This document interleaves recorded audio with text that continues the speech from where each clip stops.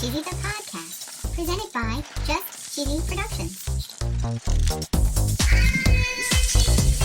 Hi there, I'm your host Fondue. I'm Cheesy. In this week's episode, we're going to learn all about the cheese byproduct, whey. No way. Yes, whey. No way. We're talking about whey as possible food and drink, No way. fuel, medicine, plastic, and potentially edible packaging. No way. And of course, no episode is complete without our very cheesy joke. No way. Stay tuned for episode No Whey No Whey. on Just Cheesy the Podcast.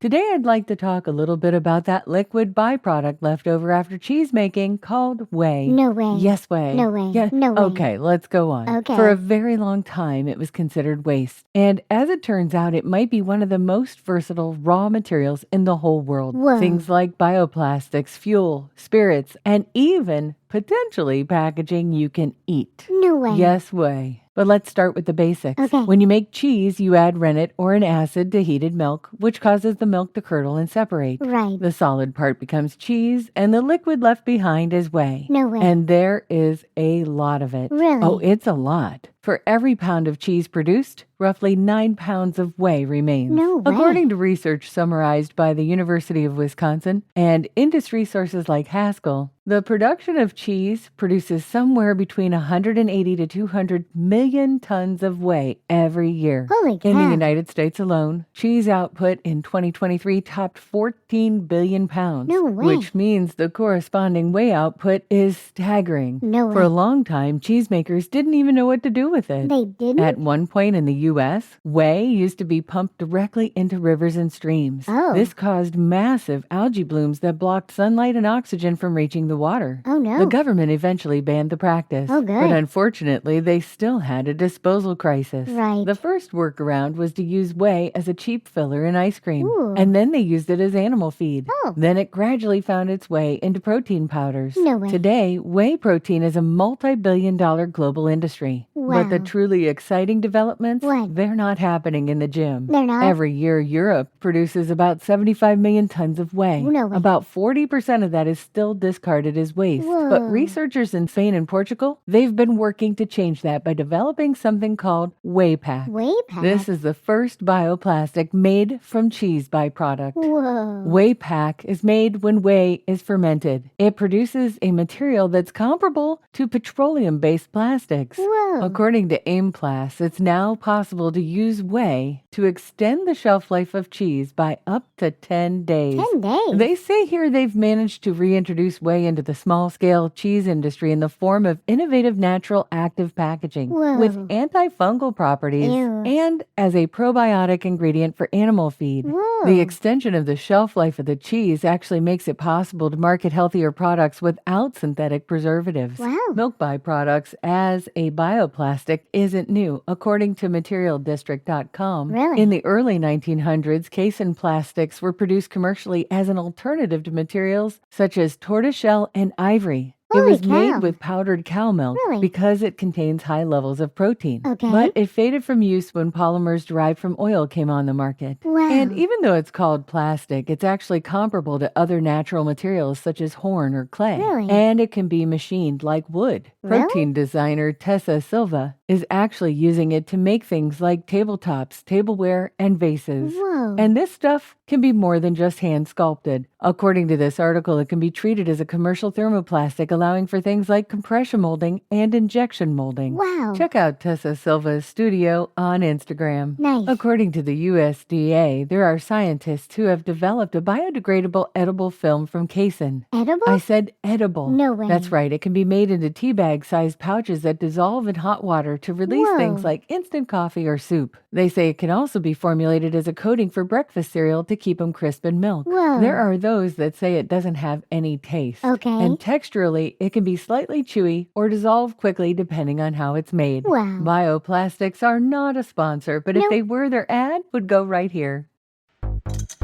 Have you ever wanted to listen to the web? Yeah. Well, Newsly makes that possible. They do? They're an all-in-one audio super app for iOS and Android. Super app. You can listen to trending articles on the web on topics that you choose and get them read to you in a natural human voice. What kind of topics? Sports, Cheese? tech, business, science. Cheese? I'm sure there's even cheese. Yay! They even have an entire section for podcasts. Are we there? Of course we are. Ooh. It's one of my new favorite podcast apps. They even have digital radio. Holy cow. Just go to www.newsly.me to download it free. Whoa. Or use the link in the description. If you use the promo code CHEESY, that'll get you 1 month free premium subscription. Yay, Newsly. Now, back to the podcast.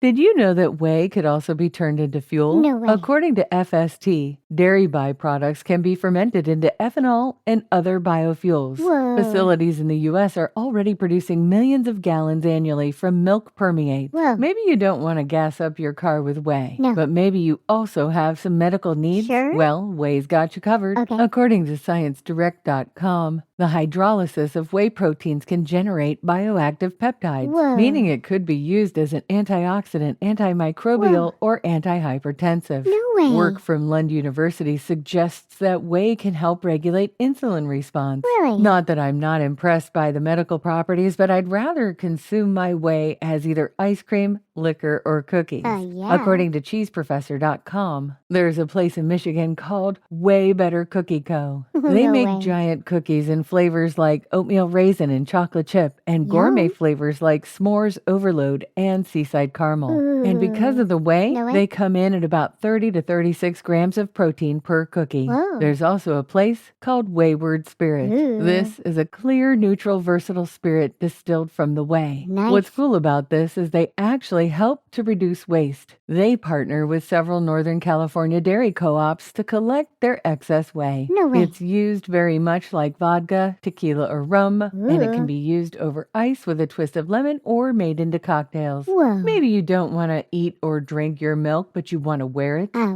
Well, in the 1930s, Italy had you covered. They They did? made something called lannitol. Whoa. They wanted to turn milk byproducts into a substitute for silk. Ooh. According to atlasobscura.com, this wasn't an odd idea. Really? Wool is a protein. So on a molecular level, it has a very similar structure to casein. Whoa. And of course, Italy had great success with rayon, which is an artificial silk made of cellulose. Wow. And they basically hung their hat on this new type of compound called lannitol. Whoa. According to Time, the casein was forced through spinnerets like macaroni, passed through a hardening chemical bath, and cut into fibers of Wow. any desired length. And they say the result was a substance that mimicked wool. Really? In fact, they quote a 1937 British video that said, "In the future, you'll be able to choose between drinking a glass of milk and wearing one." Whoa. Unfortunately, lannitol was neither strong nor elastic like wool. Oh, no. Even so, in 1937, they produced 10 million pounds of the stuff. Whoa. Patents were sold to 8 countries. But the U.S. was a big target, and people like Henry Alvord in the 1900s was president of multiple American agricultural colleges. Really? He suggested that casein be used in things like glue, buttons, or combs. Whoa. In World War I, casein was used in a paint that coated airplane wings. Wow. In 1940, it appeared in piano keys. Really? And it was even found in certain kinds of paper, giving it a glossy sheen. Wow. So it was not unrealistic to think that it could be used for clothing. Right. By 1941, under the name Aerolac, milk fibers were becoming a hit. Whoa. It was once hoped that it would become part of the fashion scene, but when the U.S. joined World War II,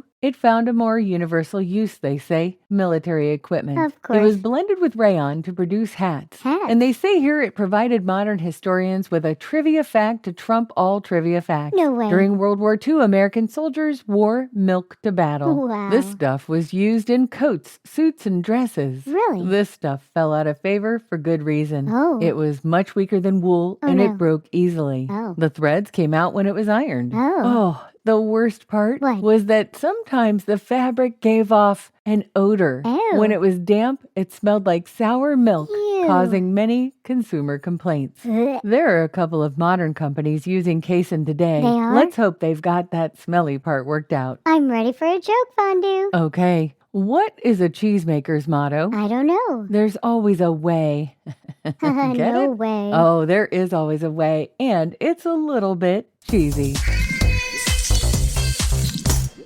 Thanks for listening to Just Cheesy the Podcast, episode No Whey. No way. With us, there is always a way. Yeah, there Please is. listen to us wherever you get your podcasts and make sure to like, subscribe, and download. And stay cheesy, everybody.